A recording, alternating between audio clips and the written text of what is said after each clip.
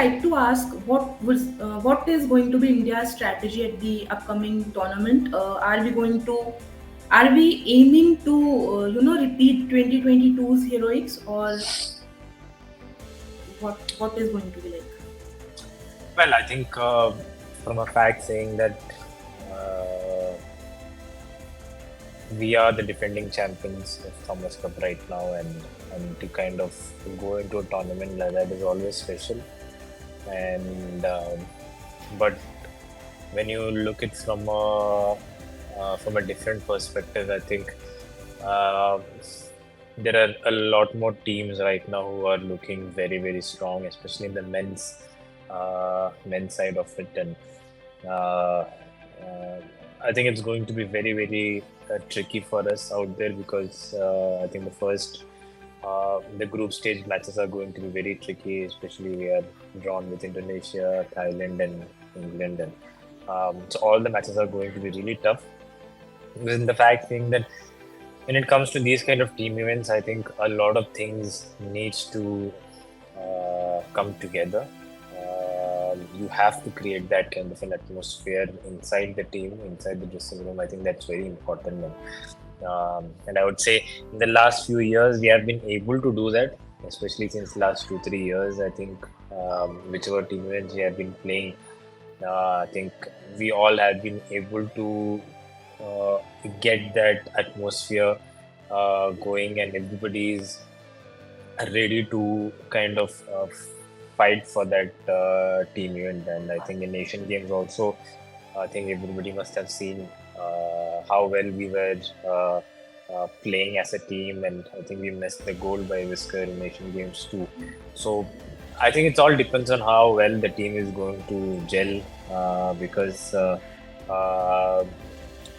I think it's going to be a very young team again, and I think it's important that how how each and every individual player is physically and mentally fit at that point, which is going to make big difference. And hopefully we can come back with the title like how we did a couple of years back. I'm sure, yeah. Prinoy, do you think this is India's best chance to win multiple medals at the Olympics, including some of historical medals?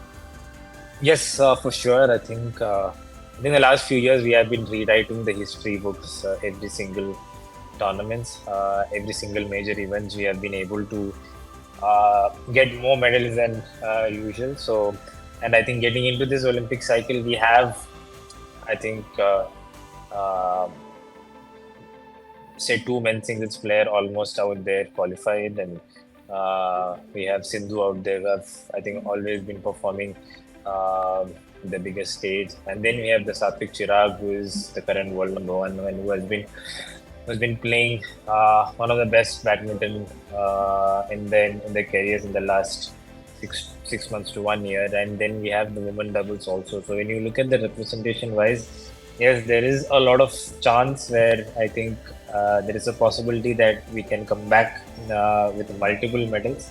And I hope that we all can kind of deliver our best performance and would come back with a medal. I think that would be great.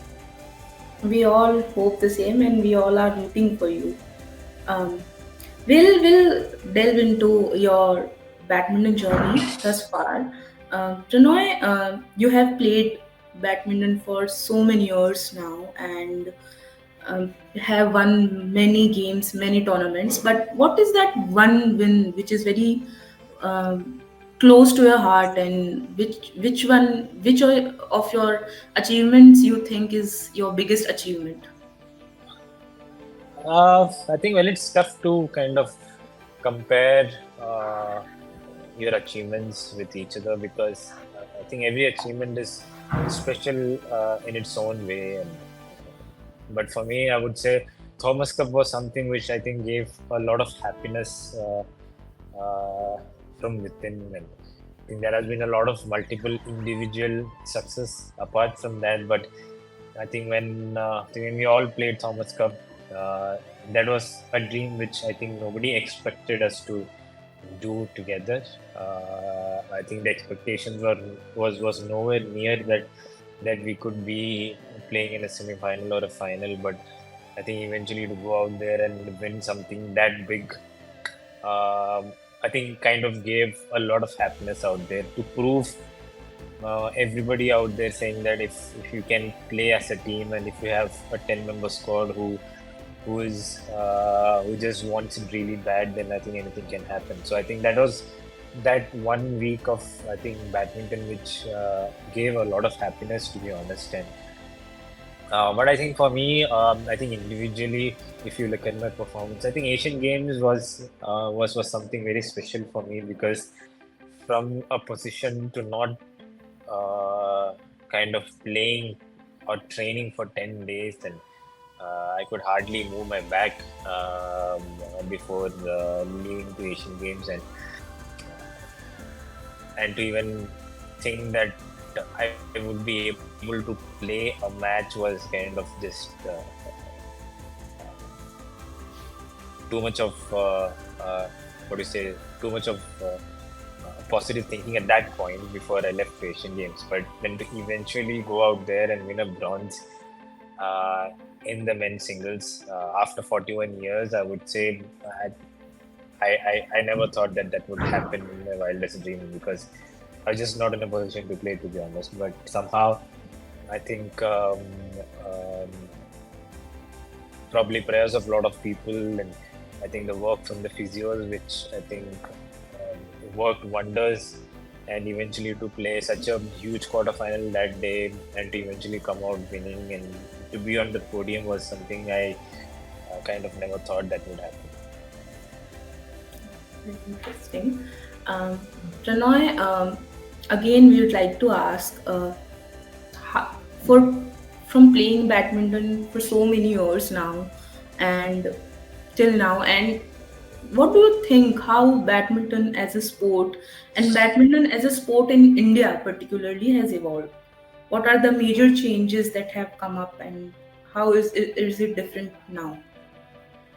I think badminton has evolved big time in the last 1 decade or so, and uh, I would say I think thanks to Saina and Sindhu because I think they were the flag bearers. I think especially Saina in the starting where I think she kind of got those big medals which nobody could at that point, and that kind of made the sport popular, and I think definitely post that I think Sindhu also was able to deliver performances very consistently. So I think that kind of led to a big change in the belief, especially in the system, where people thought that okay, this is possible from a sport in badminton as such.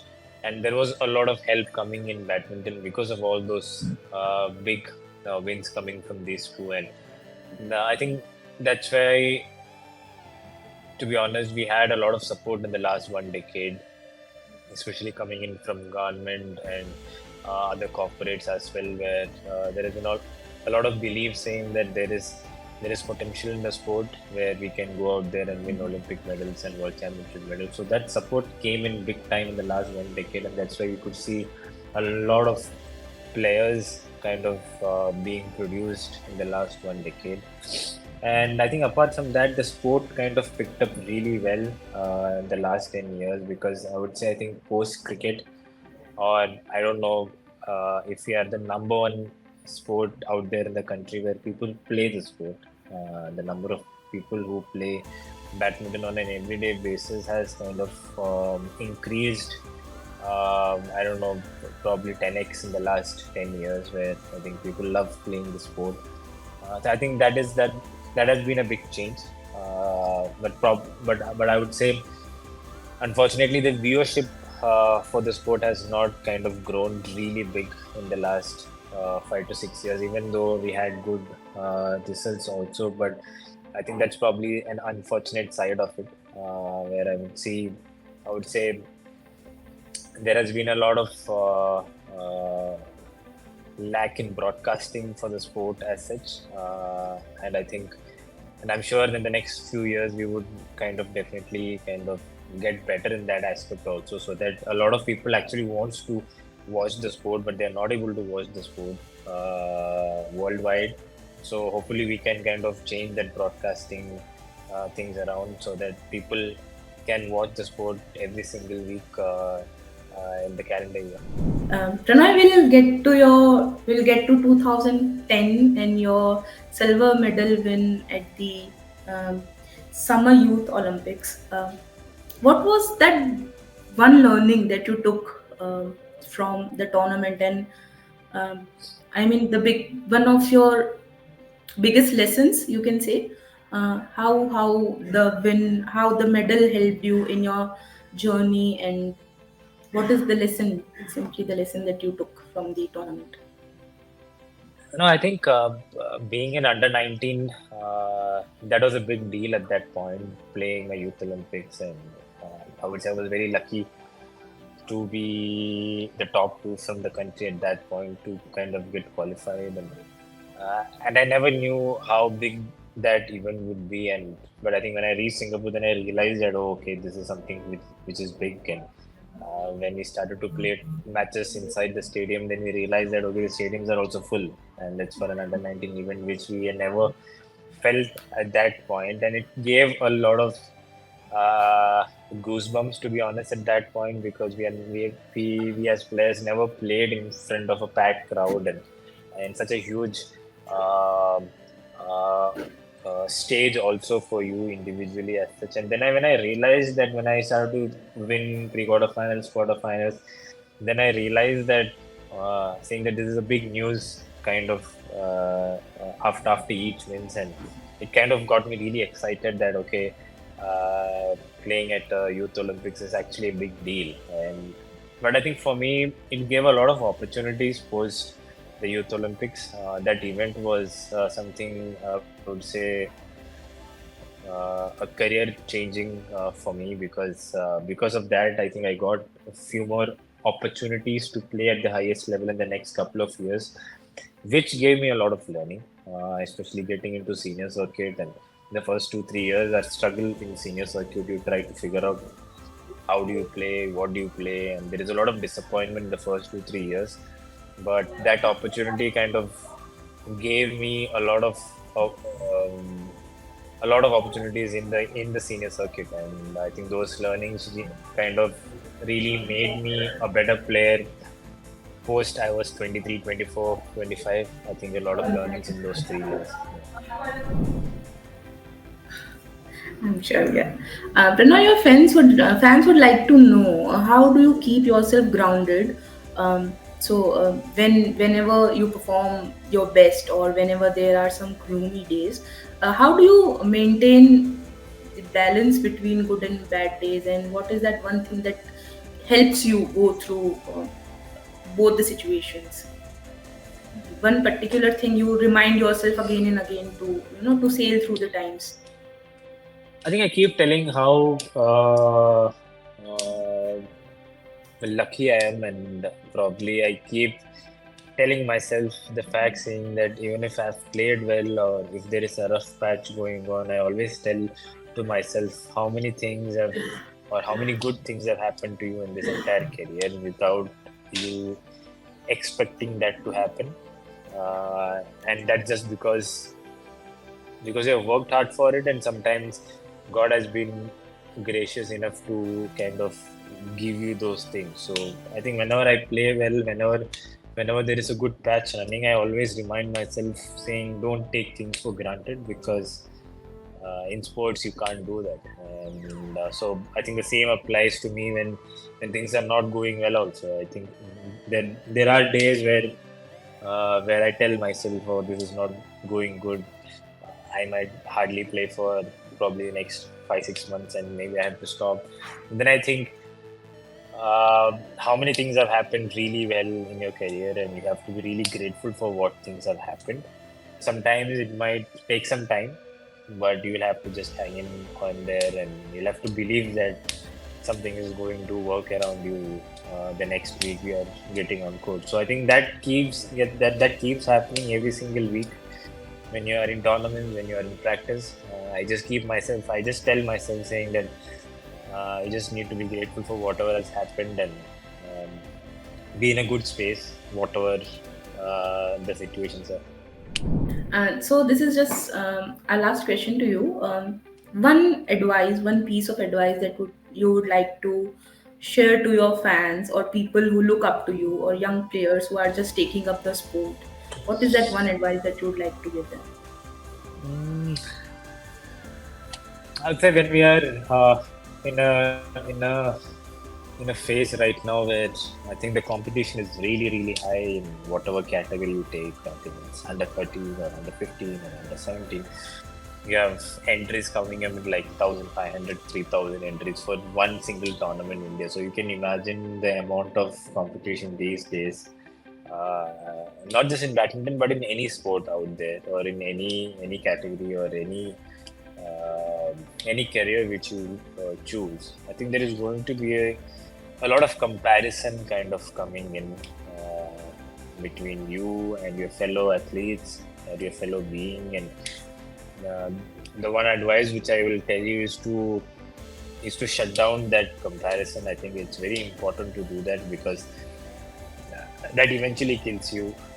Because what I've realized is everybody is different. Every single person has different skill sets. Some might perform really early in their careers. That doesn't mean that you are a bad athlete, or that you're not good at what you do.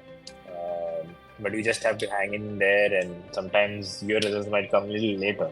So that doesn't mean that you're not putting in effort. You're a bad player as such. But when you start comparing, that's when we think that we are not good enough, and we kind of uh, divert our minds from getting better ourselves. Rather than doing that, we kind of keep comparing what others are doing, and we are always stressed on what others are doing. So I think my only advice to them would be to focus on yourself, focus on improving every single day.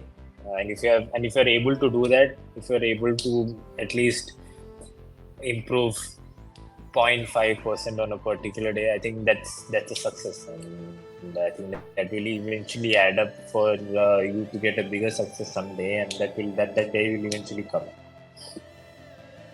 All right. I'm sure this is going to help people from different fields also. Um, that is all from our side, Prannoy. Thank you so much for Yeah, taking out time. thank And you, it was a pleasure talking to you. Thank you thank so you. much.